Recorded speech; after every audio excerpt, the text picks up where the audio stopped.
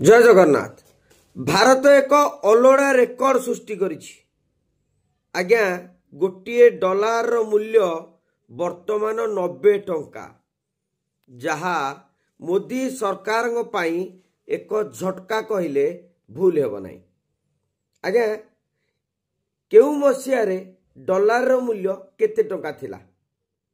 1947 4 टंका, 1983 10 टंका, 1991 20 टंका, 1993 30 टंका, 1998 40 टंका, 2012 50 टंका, 2014 60 टंका, 2018 70 टंका, 2022 80 टंका, 2025 90 टंका।